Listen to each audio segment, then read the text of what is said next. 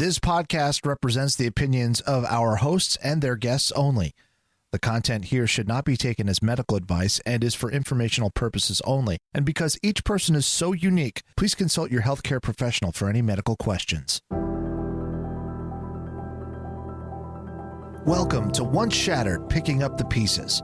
Linda Major, Jack Major, and Ellen Bennett are three fierce advocates, two moms and a dad who are passionate about changing the way eating disorders and mental illness are viewed in our society. Linda, Jack, and Ellen believe we need to stop the stigma, band together, and help people find resources and support early on. They advocate to foster awareness, enhance education, and improve treatment, as well as to help society understand and embrace individuals and families who are affected by eating disorders and all mental health conditions.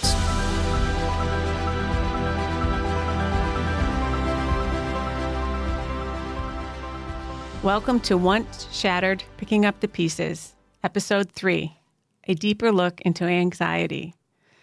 The three of us, Jack, Ellen, and I, are painfully aware of the role anxiety plays in mental illness. According to the April 2021 statistic from the Anxiety and Depression Association of America, 40 million adults are affected by anxiety.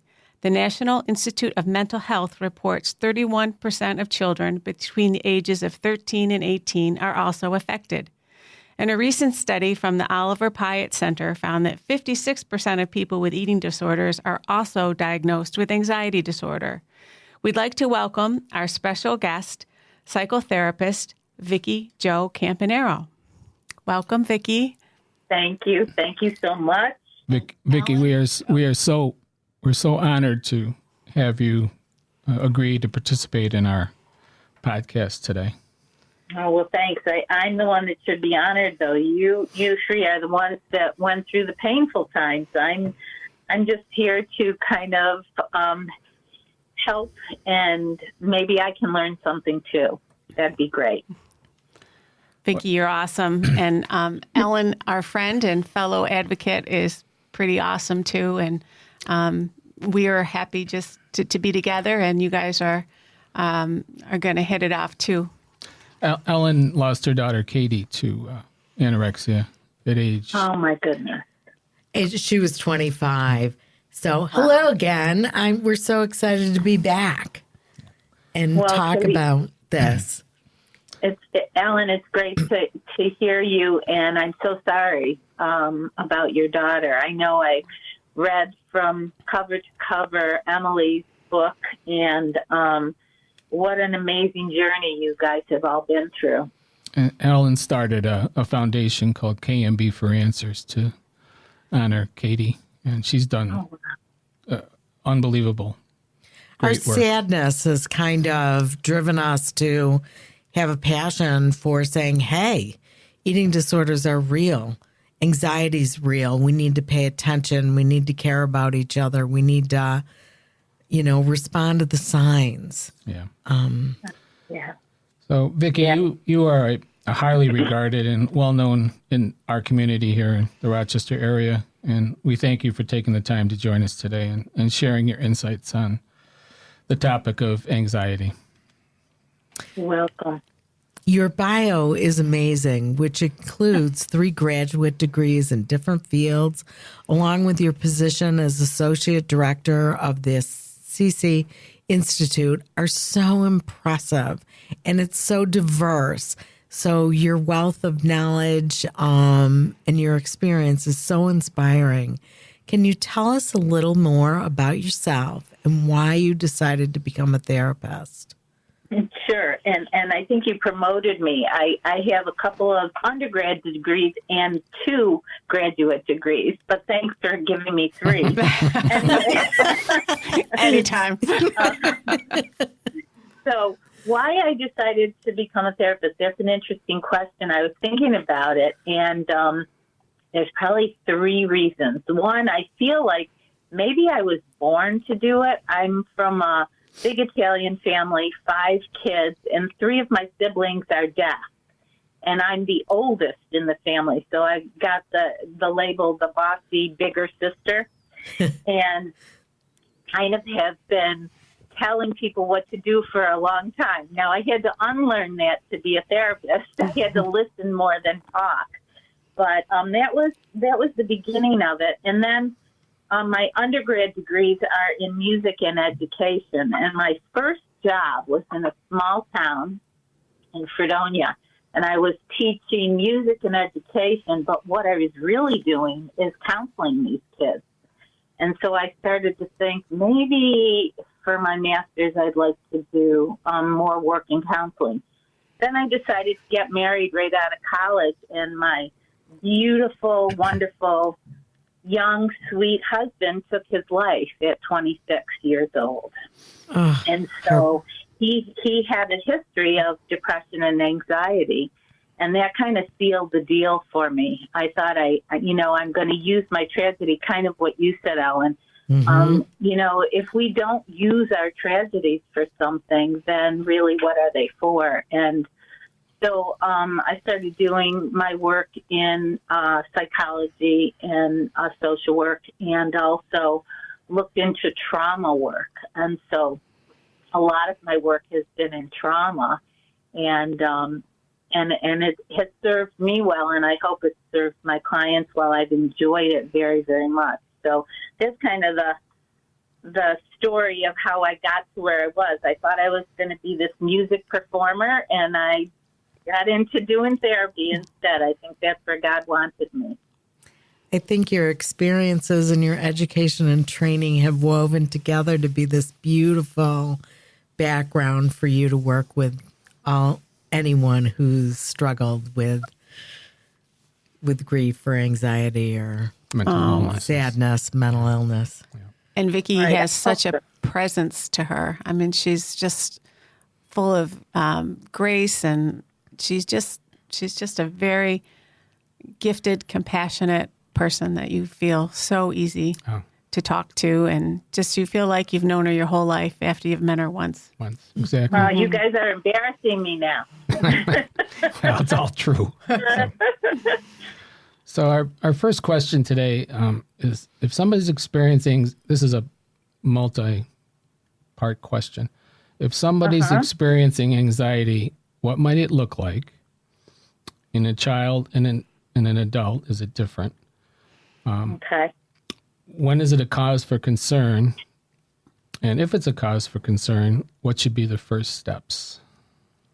Well, let me take the whole subject of anxiety, and if I could just explain kind of how I see it and what anxiety really is. I mean, there's really several kinds of anxiety. There's something that we call eustress, EUSTRESS, and that's the prefix EU means good stress. So, a moderate or normal feeling of stress in an exciting or dangerous situation is fine. Kind of like today, I was a little nervous, but it got me to do more this morning. I got up, I exercised, I did my yoga, I did a little extra meditation. So that kind of stress, I think, is helpful. And then there's distress, and that's the stress that we go through with trauma, with things that are really painful and difficult. But again, we were given this anxiety, I believe, for a reason. I mean, in the Neanderthal times, we needed it for a fight or flight response. So in some ways, it's really good for us to have some. Where it gets to be a problem and where it gets to be really symptomatic is when there's excessive anxiety. And there's several kinds of excessive anxiety. There's anticipatory anxiety, which means that once you get doing things, you're okay, but it's all this weeks of anxiety before an event. And I think some people have that. Some people have social phobia. There's generalized anxiety, which is just this low-level kind of dysthymic, depressive kind of anxiety all the time. And then there's anxiety and panic attacks. And those come with different situations where it's almost uncontrollable. Your whole system, your cortisol is through the roof, and your whole system is breaking down. And that's very sad. In children, let me see if I can break this down with children and adults. In children, it's difficult sometimes because generally they can't verbalize it as well as we can. So sometimes you're going to see them be irritable. They have little tantrums. They might have night terrors. I remember my daughter, Alana, had night terrors, and that was the beginning of us realizing that she had anxiety.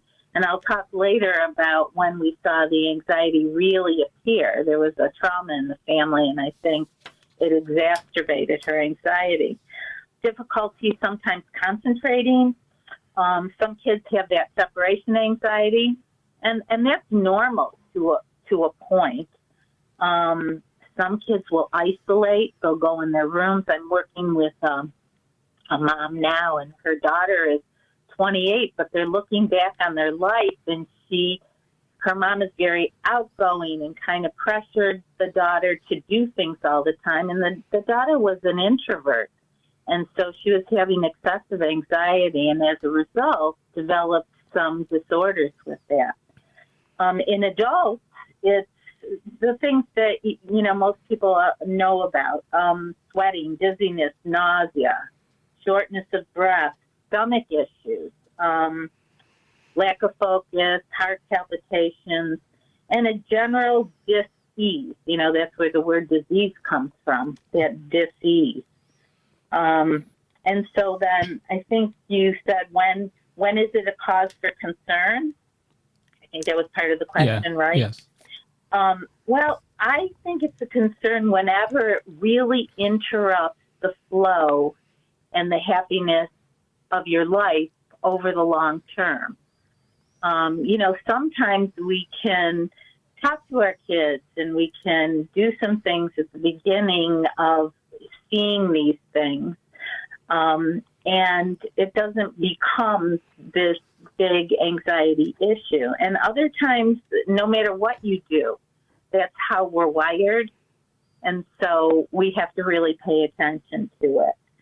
And if it's a cause for concern, what should the first step be? Yeah. Well, yeah. I always say, if you can self-manage something, learn some relaxation techniques. There's wonderful podcasts now, kind of like this, right? If you can learn some meditation on your own, go to a yoga class, look at your diet, look at your life, kind of what's your balance in life. If you can self-regulate and self-manage, that's fine. If you still feel there's a problem and it's really interfering with your happiness, because I believe we're all hot-wired for happiness, then you need to consult somebody, a mental health therapist, some kind of professional, acupuncture, massage therapist.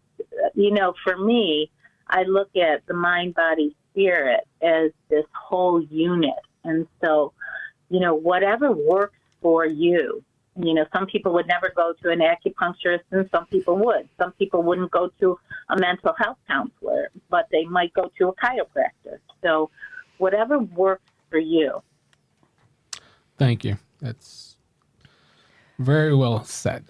Very well said. I love the mind, body, spirit connection. That's so beautiful. And we talk about that a lot. It's the trio. Yeah. Yeah. Yeah. So many times anxiety isn't treated, or it's misdiagnosed, or there isn't the right kind of support.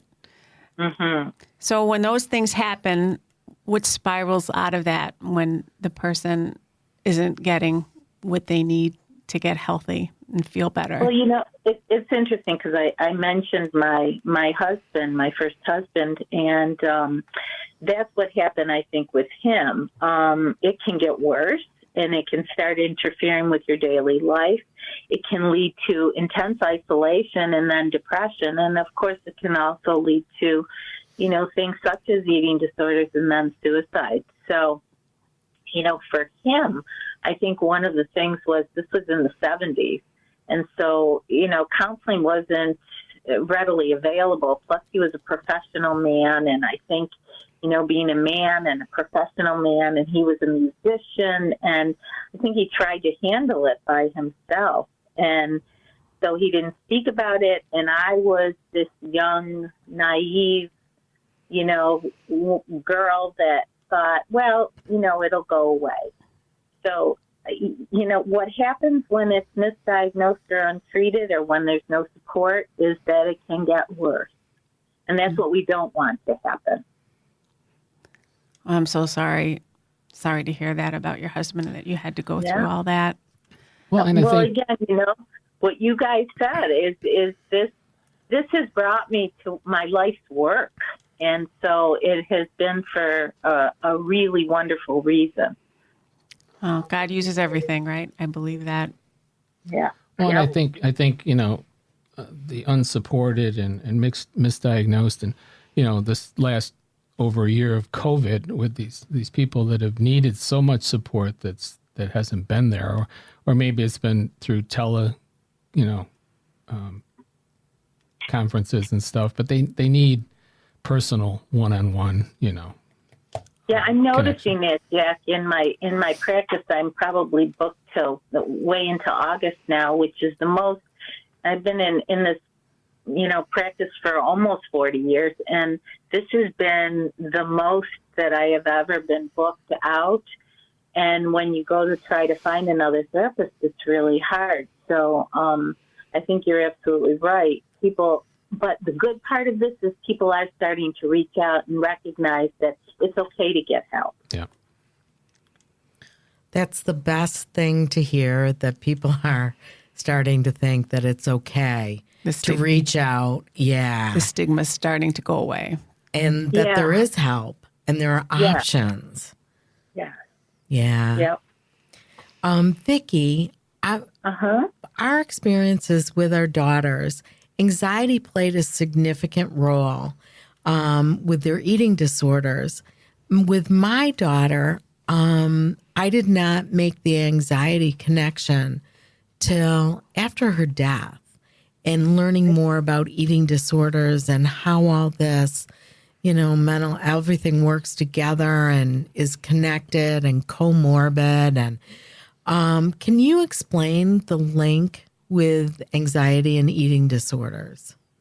Well, I will try, although I think probably the three of you have much more experience with it. But actually that 2/3 or 56% of the people with the eating disorder suffer from anxiety disorders was very alarming to me when I first heard that a couple of years ago. And what I see is going on with that is, as you know, there's the restricted eating sometimes is about feeling some sense of relief and control. And so I think what happens is that we do anything to medicate our anxiety. Some people drink to medicate anxiety. Mm-hmm. Some people, gamble. Some people do a number of things.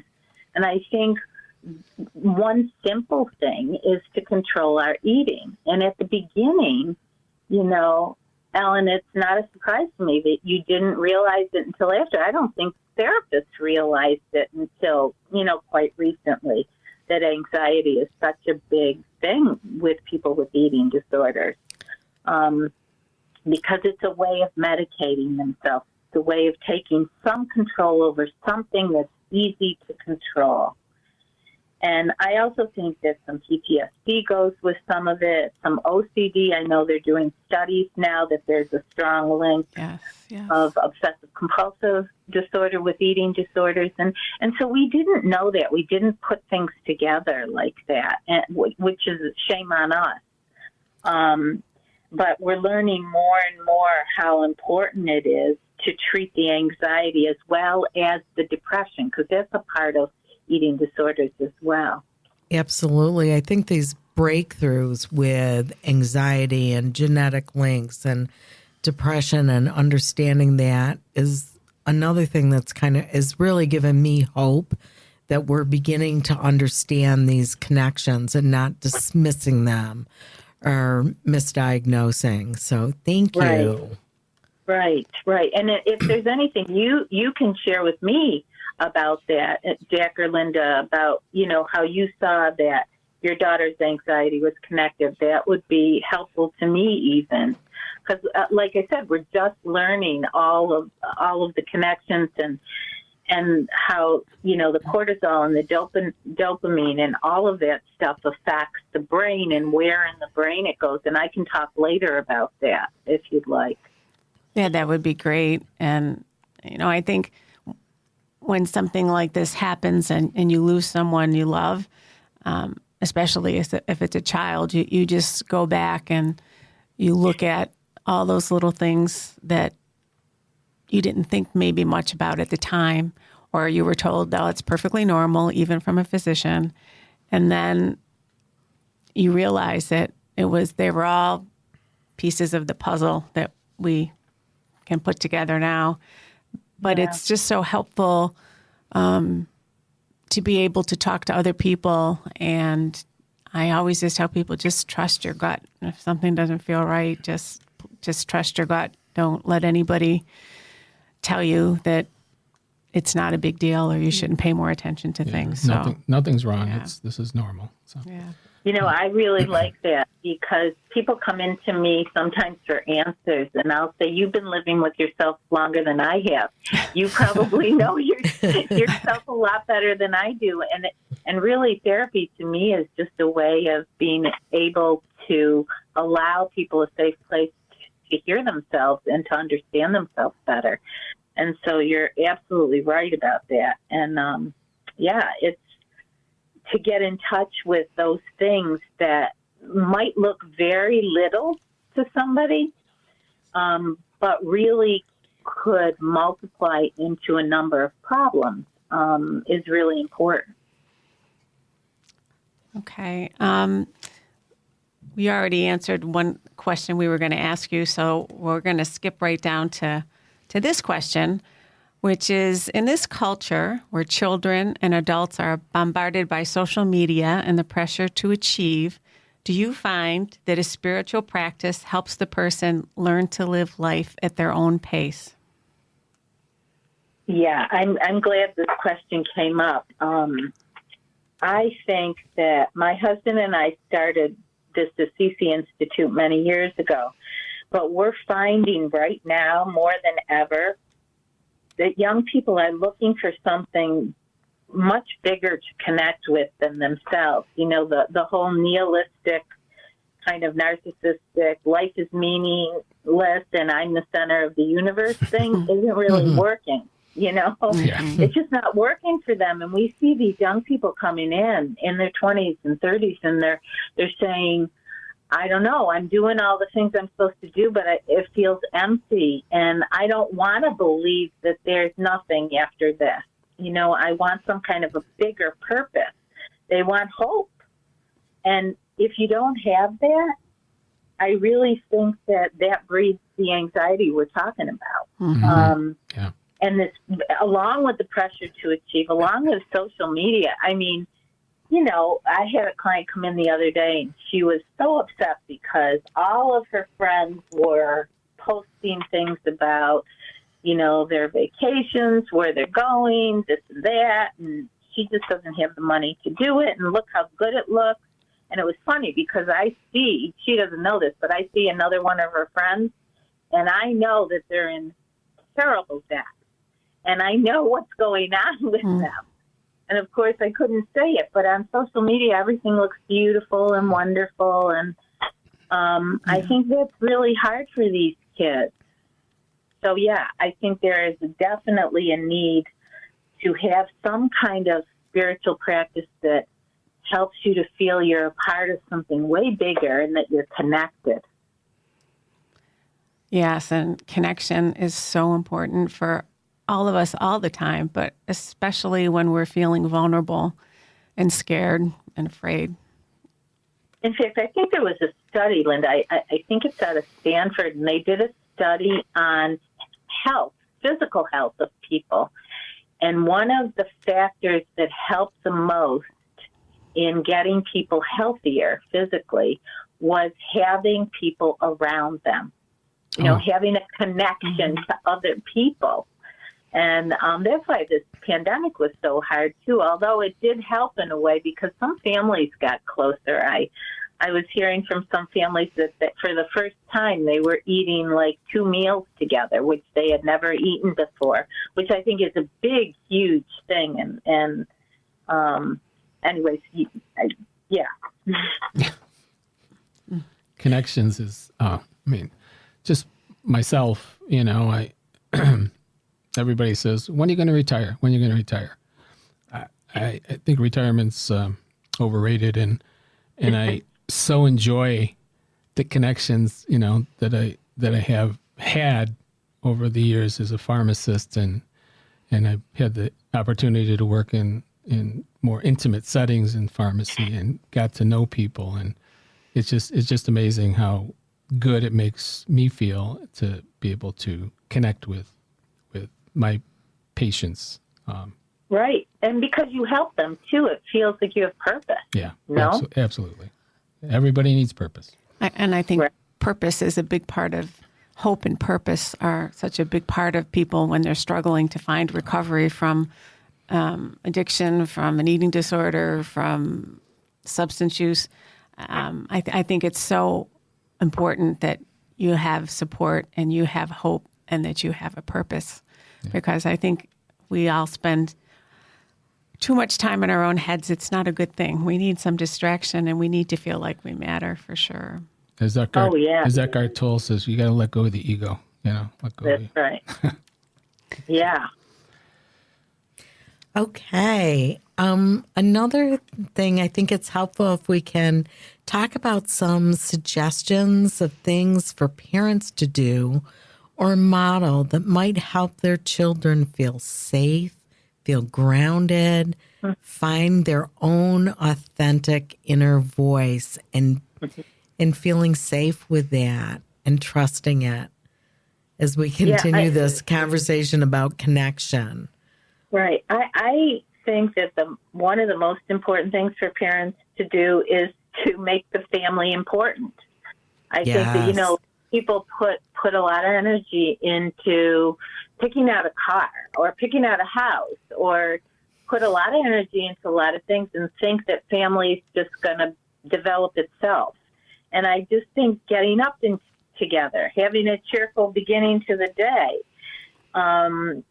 having meals together. I think I said that before, but I have a story about, in doing some stretching and meditation, we finally were able to visit our grandchildren. We have three grandchildren in Nashville.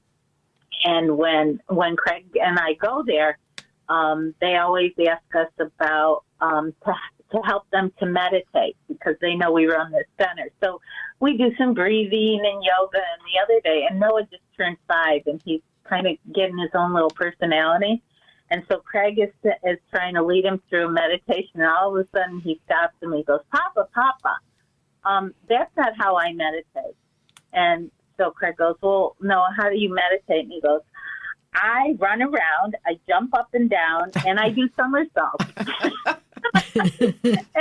and my husband said, oh, well, that's a really good way of meditating for you. That's funny. So listening to our kids, what do they need? What do they want? How can we help them? I also, and I'm a little stickler for this, because I came from a really wonderful family, but my mom was like the taskmaster, and she maintained, with 5 kids, 3 deaf kids, she maintained a structure and routine, and it was really actually wonderful. I appreciated it, and more as I got older. And then the other thing I think is trying to look at things that do happen in a family in a good way. My son, many years ago, he was 14, he's 38 now, he was injured. He was making an angel in the snow, and he fell and broke his neck, and he's paralyzed from the neck down.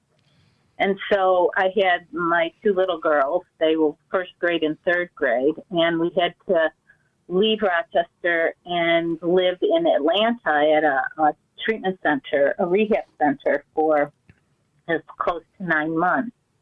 and they had to go to a different school. And so years later, we were talking. My daughter was probably, Alana was probably, I don't know, by then maybe in 5th or 6th grade. And we were talking about being in Atlanta, and she said, "Mom, that was the best vacation we ever had." I was like, "You gotta be kidding."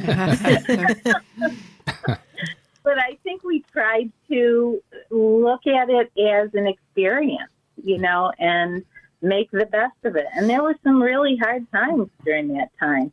And my Alana is the one who has a high level of anxiety. And actually, she did really well during that time. And I've done some of the techniques that maybe I can go into a little later with her, and they've worked wonderfully. But a lot of it was about listening to them and making them feel important and finding some fun.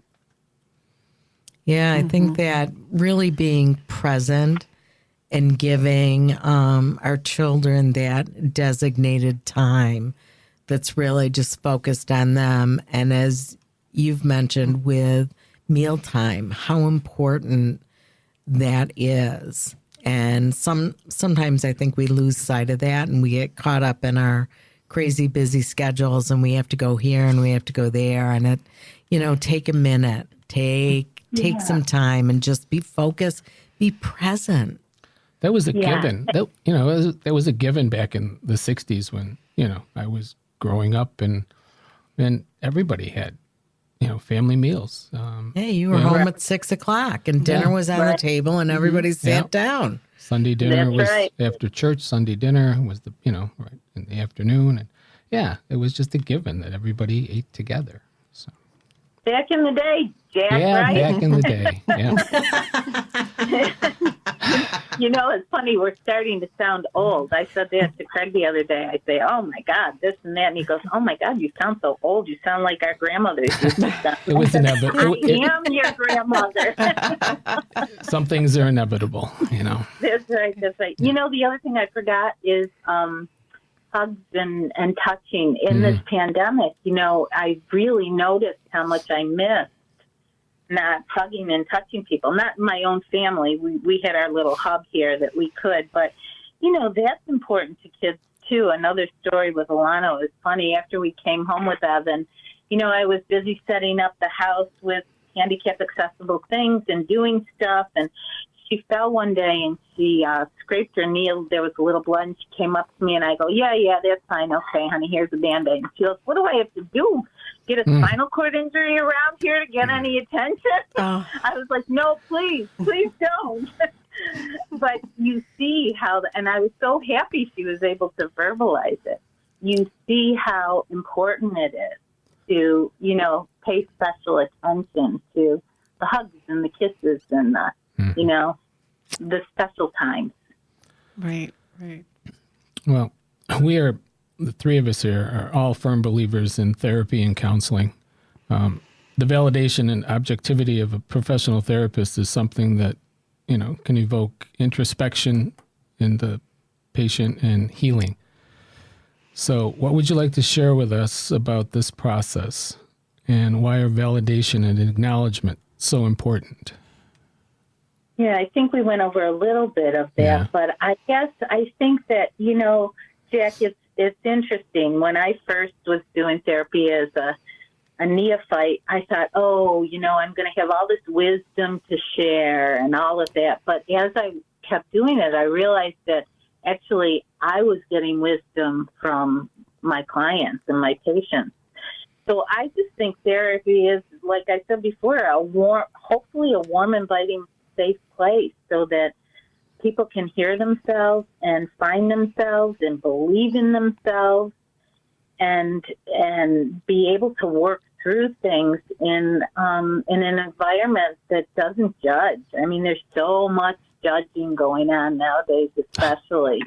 You can't be this thing or that thing, or you can't say this or that. And I just think a non-judgmental place for people to be when there's a lot of trauma in life or personal pain, it takes a while. It takes a while to trust, and it takes a while to build a relationship. And I like building relationships with my patients. That to me is I can do as many techniques as I can, but the bottom line is if I don't have a relationship with them, I'm not going to learn anything. They're not going to learn anything. No, they need to feel. They need to feel safe. You create such a safe space. Oh, thank you. The other thing you said about validation, why is it important? Well, it's important because we all like to be validated, but even more so, we're learning so much about the brain now. And our brain, I heard of a study, this was so surprising to me.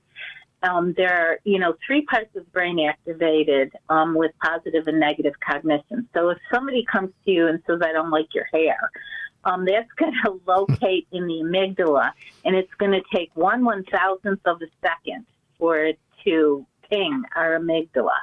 If somebody says to you, oh, how nice you look today, that's going to the hippocampus, and that takes about 13 seconds. So you wonder why the negative things go in and the positive things kind of bounce off. And we need to retrain that brain. That's what some of the techniques I do is retrain the brain so that it can actually lessen the response in the amygdala, the cortisol responses, and increase the dopamine triggers and positive thoughts. And when we retrain the brain, then naturally the anxiety goes down, we feel more confident in ourselves, and we feel more connected to spirit, more connected to people. So, that's why validation is important. It's actually a thing, a chemical thing happening. Wow, that's very interesting that there's that much of a difference in how you process negative and positive. Yeah. Amazing. So you do EMDR, which is eye movement desensitization. I can't even say it. Desensitization and reprocessing. Desensitization. Desensitization. Wow. Right. Thank you. My cousin, I'd never heard of this before, but till, I don't know, it was probably 10 or 11 years ago. My cousin had trouble with anxiety around flying in elevators. Right. And her husband and her 2 children were on a plane to go away on vacation, and she ran off the plane. Her husband... It was still on the tarmac. Yeah, right. He's all about the details. No, she didn't have a parachute. But she literally got up out of her seat and ran off the plane. Her husband got up and followed her, and he was tackled by security. Well, to make a long story short, her husband and children went on vacation without her, and they were building a new house, and she went out and bought furniture for their house while they were gone, but realized she had to do something about this. And she found a therapist that did EMDR. And for the last 10 years, with the exception of COVID last year, they go to Turks and Caicos every year on an airplane, and she's absolutely fine. She's a very Zen person now. She took Reiki under me, and she became a Reiki master like I am. But that's just a wonderful thing too. But the EMDR was something that changed her life, and she took the steps to do that. And now it's just fallen into so many other things and modalities, and she really is a very calm, centered person. So can you tell us about EMDR? And you do thought field therapy. So if you could tell us a little about those modalities and how they work and how they might help somebody else with anxiety, that would be great. It's an amazing thing. It was in the 80s that I first heard of this woman. Her name is Francine Shapiro. She's the one that that founded EMDR. And she was walking, I think she lived in New York actually, and she was walking down the street one day, and she was thinking of a traumatic event in her life. And as she was doing it, her eyes were scanning the sidewalk, going from left to right, and then from right to left, and left to right. And when she got back to her lab, because she was a behaviorist actually, a behaviorist psychologist, when she got back to her lab, she felt better. And she said, what the heck happened? Why do I feel better about this trauma? It feels like it's in a different place in my brain. And so she started doing a lot of research and came up with this eye movement, desensitization, and reprocessing, which does a few things. One, it provides bilateral stimulation. So either with your eyes going back and forth, or I have an implement called TheraTappers, which gives a vibration on the left and the right and the left and the right. And what that does, that bilateral stimulation actually slows down the brain waves into a nice alpha state, because we have gamma, beta, alpha, theta, and delta waves in our brain. And we want to be able to look at trauma in a state of relaxation, which is very hard. I mean, try to think of a trauma in your life and then feel relaxed right away about it. It's hard. So these TheraTappers help to pull the brain waves down. So that's the first thing. It also opens us up to helping to recall the trauma without going into that kind of panic state. And then the third thing, it relocates the trauma. And we were talking about before the amygdala and the hippocampus. You eventually want to situate all of that stuff in the frontal lobes of the brain. You don't want it in the trauma center anymore. And so it relocates and reprocesses the trauma so that it's the same trauma. You don't forget about it, but your body reacts different and your mind looks at it. It's like putting a beautiful frame on an ugly picture. The picture doesn't quite look so ugly anymore. And so the event really becomes very, very tolerable. And so I have a plain protocol for people. I have an anxiety protocol. I have done work with veterans. I've done work with rape victims and people that have had tremendous sexual and physical abuse, and where they were unable to really operate in the world. With EMDR, they can get on with life again. So it's a very powerful technique. And I do use it with the thought field therapy. Thought field therapy was created by Roger Callahan, and it's based on the meridian. So, as a Reiki therapist, you know about that. It's tapping, and it's tapping different places in the body, and it provides a comfort and a relaxation. That's kind of a simplistic way of talking about those things. And then, of course, there's other techniques that most therapists are using these days too to help out besides traditional psychotherapy. And do you use hypnosis in and of itself sometimes? I used to use hypnosis a lot, and then when I learned EMDR many years ago, I kind of dropped the hypnosis a little, because sometimes with hypnosis, I felt like people were getting re-traumatized before they got healed, and I didn't really want to do that. And with EMDR, that doesn't happen. Mm-hmm. Interesting. The EMDR, my other daughter, who was diagnosed with anxiety at age 20, and I have realized that she probably experienced anxiety as a very young child. And when you mentioned night terrors, a light bulb went off, and I went on, oh my gosh, that's what was happening with Megan when she was little. And so, again, as we're learning as we go, these things that about our lives that impact us and how we respond is just, it's fascinating. Anyway, she has been in counseling since the age of 20. We totally embrace that type of therapy to help us process through everything. And one of the techniques that were used was EMDR. And she found it very beneficial. And she also refers to it. She'll go back and say, I think I really need to use this again because it's going to help me get beyond and move forward. Great. Yeah. That's Great. Yeah.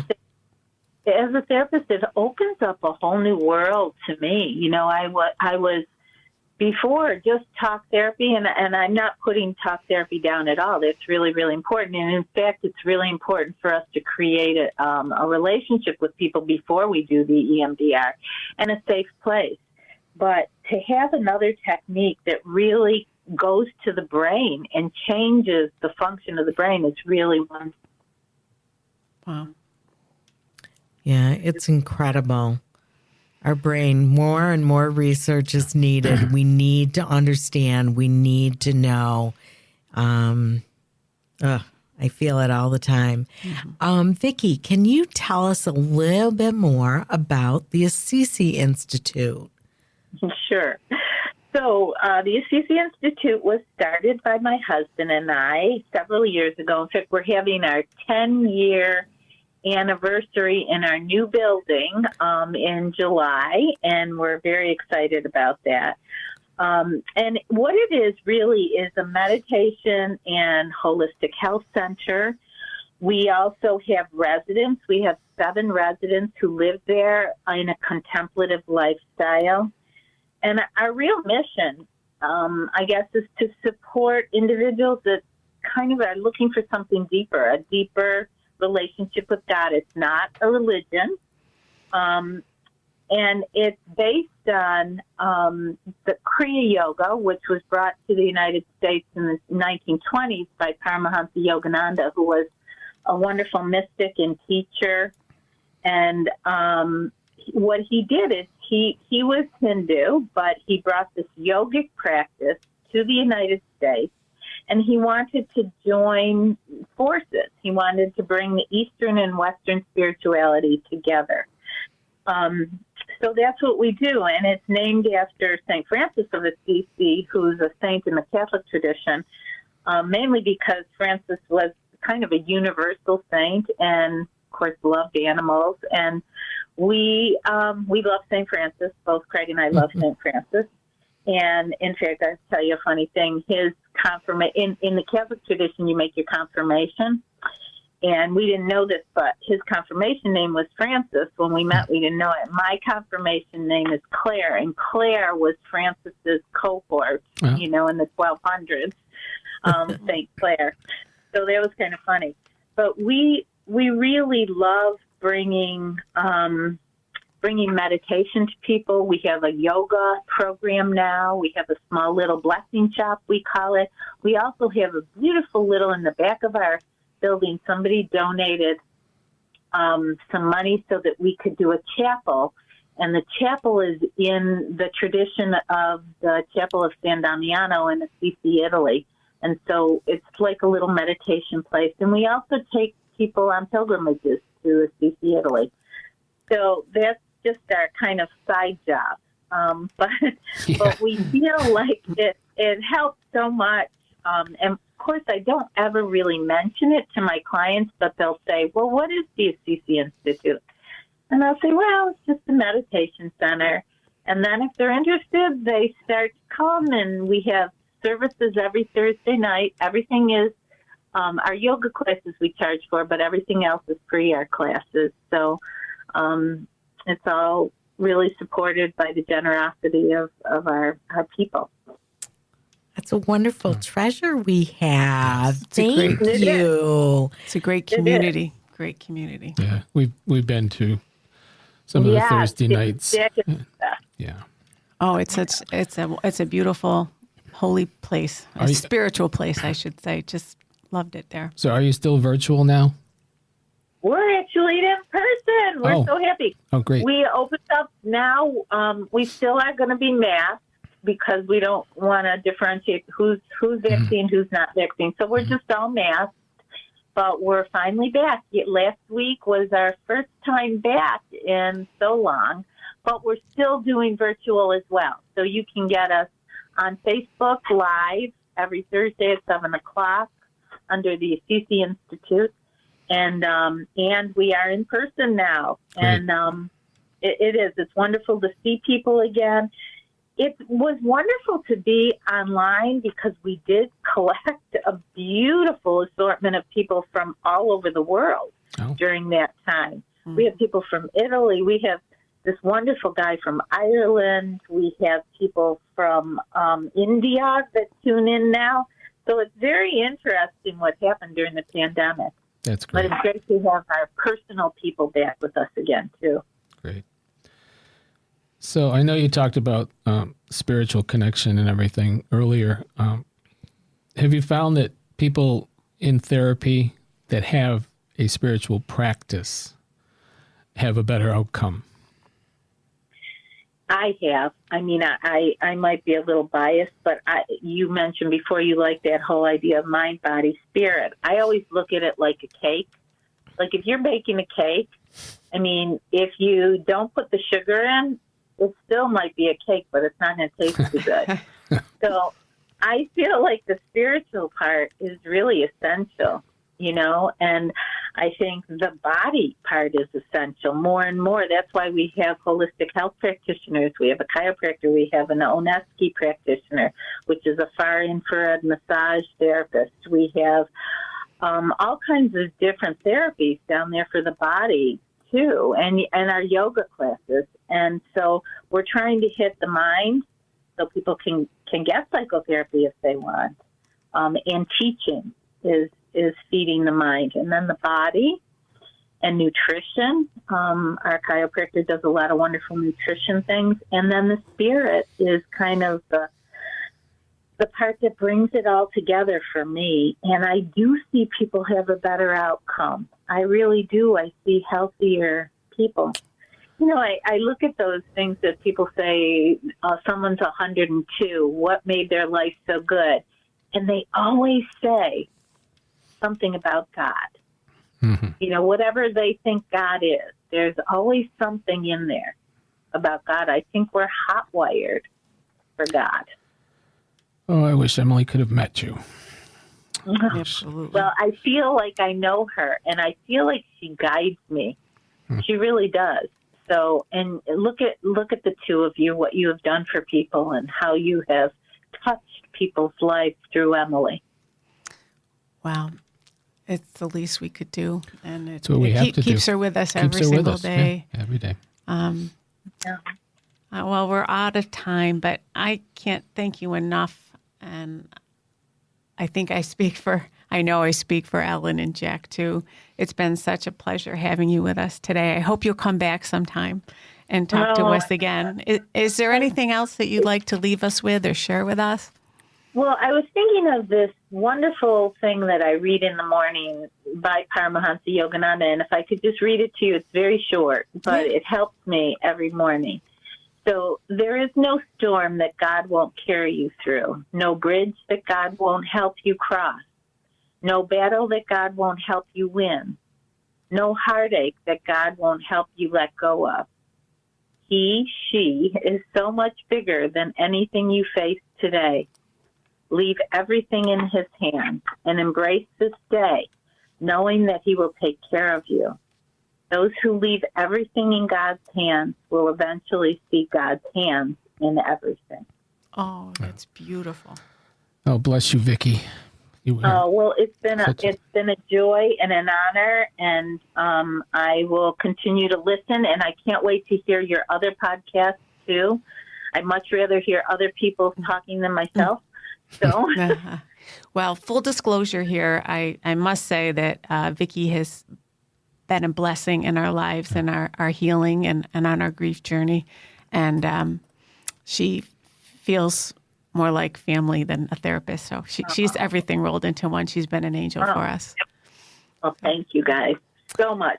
And Vicki, have thank a you. wonderful Oh, it's so good to meet you, Ellen. Maybe I'll meet you in person someday. You will. I am going to the Assisi Institute. I'm very excited to check it out. I'm so inspired, and I'm just so thankful that we had this conversation about anxiety to really open up the conversation so that all of us start talking about things that impact our mental health and our well-being. And it is so much about the body, mind, and spirit. We saw our daughters ravaged, their bodies ravaged, and then it impacted their minds. And we saw their spirit dwindle. And as painful as that is, this conversation and talking openly about spirituality and yoga and things that can help are so important. So thank you, thank you, thank you. Oh, you're so welcome, and have a wonderful little rainy weekend here. Well, I guess we needed the rain, but thank you all very, very much for doing this for everybody. I think this is really going to catch on. So thanks again. And if you need anything, give me a call. Oh, thank you so much, Vicki. Right, Bless say you. hello to Craig. Take care. Yes, he said to say hello to you. Oh, he'll kill me for not saying hello. Hello to you from Craig. and Craig is a therapist too, so he's a really, really great guy as well. And he's a yogi, right? Yes, he is. He's a gifted, I think, of course he's my husband, but I think he's a gifted speaker too. He really touches my heart even after all these years, so that's good. That speaks volumes. All right. Yeah. All right, thanks Vicki. again, Vicki. Thank you.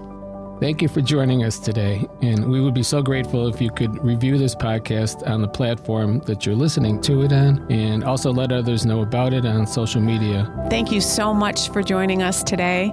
That concludes our episode. Please join us next time.